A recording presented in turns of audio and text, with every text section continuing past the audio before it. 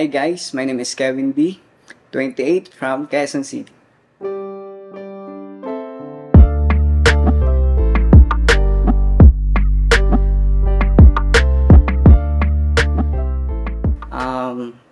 That time hindi ko talaga alam. Wala sa isip na ganun. Hindi rin sinabi. Nayayala ako ng kaibigan ko, model ko, na for photoshoot, ganito, ganyan. Then, pagkadating dun, ako yung hinuli na i-photoshoot. Then, ayun, in-offer rin ako. Yung in-offer sa akin about sa video, ganito, ganyan, na gawin to. Then, pumasok sa isip ko, in-offer sa akin na dagdag kita ko, syempre. Bilang freelancer, gusto ko kumita. Sige, gawa ko. Yun, aminin ko na may ibang dahil, may iba na totoo. Yung labag sa loob ko, yung ginawang totoo na doon ako nagalit din na ba't tinotoo na usapan is daya lang. Then, yun, kinausap naman nila ako ng mga ganito, hindi daw napigilan. So, at least tinigil naman yun at dinaya ulit. Ganun. Pero kahit nagalit pa rin ako. Siyempre, wala sa usapan yung ganun. Tapos yun, dun ako nag-complain siyempre. Kinumplain ko ba't tinuloy. So, na-stop yung video. Tapos, niretake na lang para dayain ulit. Yung sa last na video, kailangan.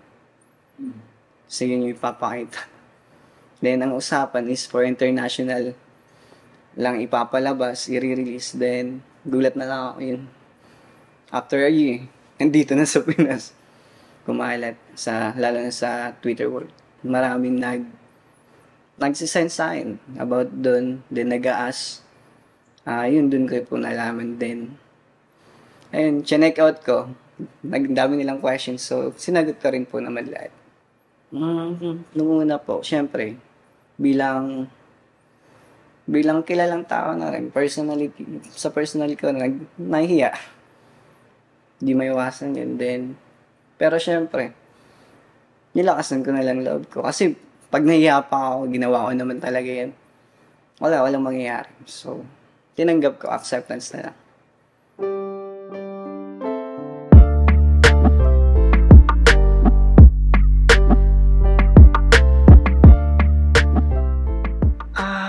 Madami nagsasabi na nagtatrabaho daw ako as parang pokpok na tinatawag nila, which di naman totoo.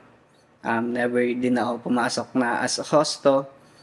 Oo, nagbibikini, model ako, pero hindi ako yung umiinom after. Di rin ako sumasama kahit kanino. Diretso uwi. Ganun. Ang masakit lang dun yun. Mas grabe yung iniisip nila na ginawa ko. Unlike sa ginagawa kong totoo. Na gusto ko lang naman kumita para mabuhay yung family ko. Yun.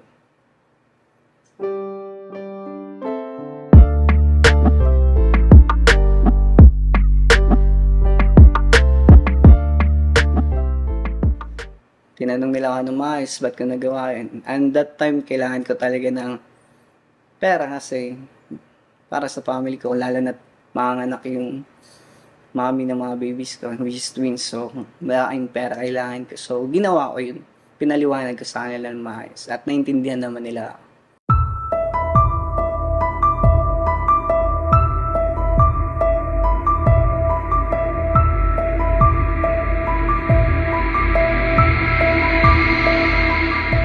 Medyo mahirap po mag-move on. Kasi, di mo hawak ng utak ng tao talaga eh. So, ang ginawa ko na lang, kung ano sasabihin nila, labas ko na lang. So, hindi ko na lang dinadamdam. Kasi pag dinadamdam ko, mas lalo lang ako masasaktan. So, yun. Pasok dito, labas. Kasi hindi naman din totoo.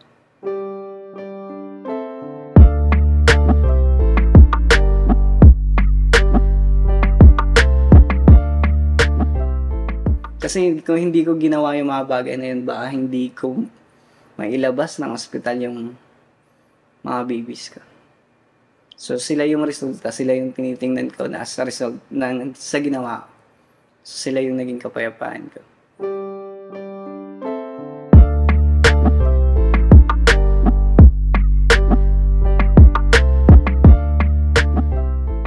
Since 2016, pumasok ako sa pagmamodeling through pageant. Doon ako nag-start pageant sa amin sa Batasan din.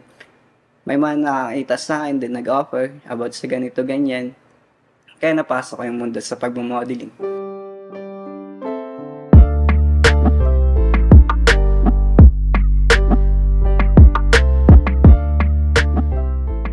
Simula nung nagka-baby ako ng babae, last 4 years old na kasi sila. Twins. Then, inisip ko na yung magiging consequence kung sakaling tinuloy-tuloy ko pa. Kasi di talaga may iwasan around sa industry na ganun, na magkaroon ng contact sa iba or yun, parang mapadikit, mapalapit sa ibang tao. Aminado ako doon. Kasi di talaga may iwasan sa industry na ganun. Di mo may iwasan na may magustuhan ka. Lalo na ma-amaze ka, magagandahan ka. Siyempre, lalo na pat nakakausap mo, mapapalapit yung loob mo sa akin. Yun. So, iwas ka na lang. So, hanggat kaya kong umiwas, iniwasan ka na. So, naghanap ako ng ibang way na kaya naging actor naman ako. So, yun. Umalis ako sa industry ng pagbibikini din. Lumipat ako sa pagiging actor. Sexy actor lang.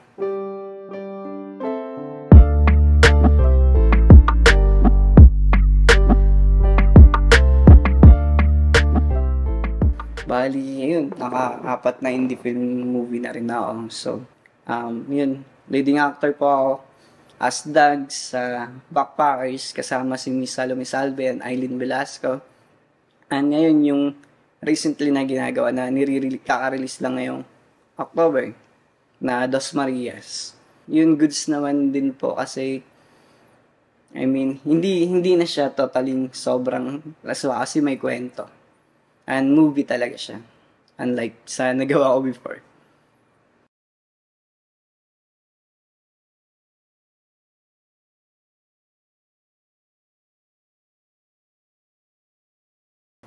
Yun. Kasi nag-work yung nanay ko. Hindi lang naman siya kaibigan, parang family na din namin. So, yun. Siya nag-aalaga sa akin kasi bata pa ako. Siya nag-aasikaso. Pero patawid-tawid pa rin naman siya. Pero more on, lagi siyang nasa bahay. Napalapit lang yung loob ko din. Kasi sobrang malaga. Baga doble talaga. Kasing sobrang nanay, sobrang tatay. Wala akong masabi.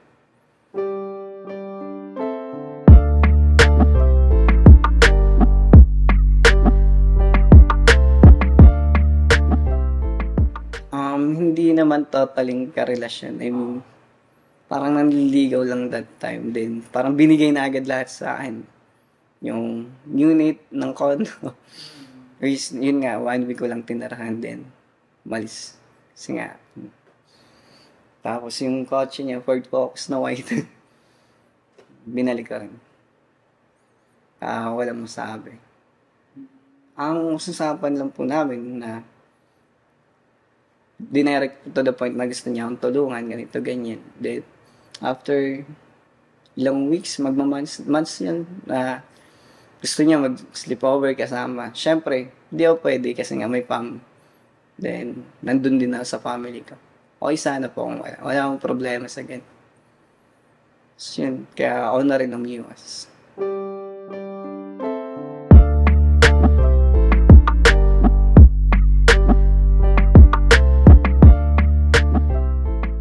Siguro po si Sir Top. Yan. Kasi sobrang laki ng tinulong sa akin. Chinat niya lang ako, nagkakilala kami around sa Facebook po ata. Inad niya. Tas siya naman po yung nag-offer na gano'n na na-amaze siya sa akin sa ginagawa ko din. Gusto niya makilala. So yun, hanggang video call. Dun, nakausap niya ako. Then, siya naman nag-offer about sa gusto niyang gawin. So, hindi ko naman insist na tulungan mo ko ganito, ganyan. Almost a year na tinulungan niya ako sa family ko. Siya nagsusustento sa mga anak ko. Kasi nga, yun. Kasi yung as a freelance model, yung work hindi consistent talaga. So, siya yung nagpo-provide. Monthly expenses, bahay namin, tubig, kuryente, halos lahat, grocery. So, ang inaano ko na lang, pag may mga needs si mga bata, yun na lang yung napoprovide. Pero wala na po yun. Taga Bulacan. So, hindi naman po kami nagkikita.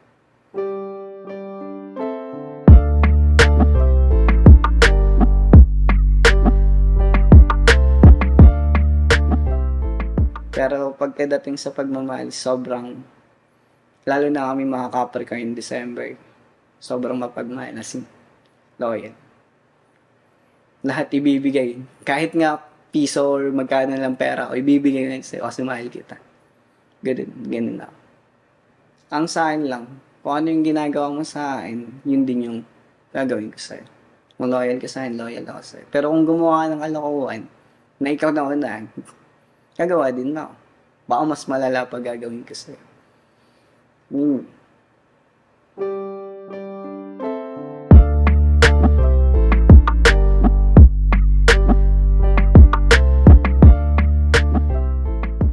Stable, may sariling bahay, negosyo, and makaprovide ko lahat ng pangailangan ng family ko nang hindi nahihirapan.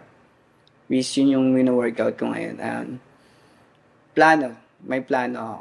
Paano ko, and then mag-stop na ako sa pagiging freelance, then actor. Kasi may plano ako sa buhay. And plano para sa family ko.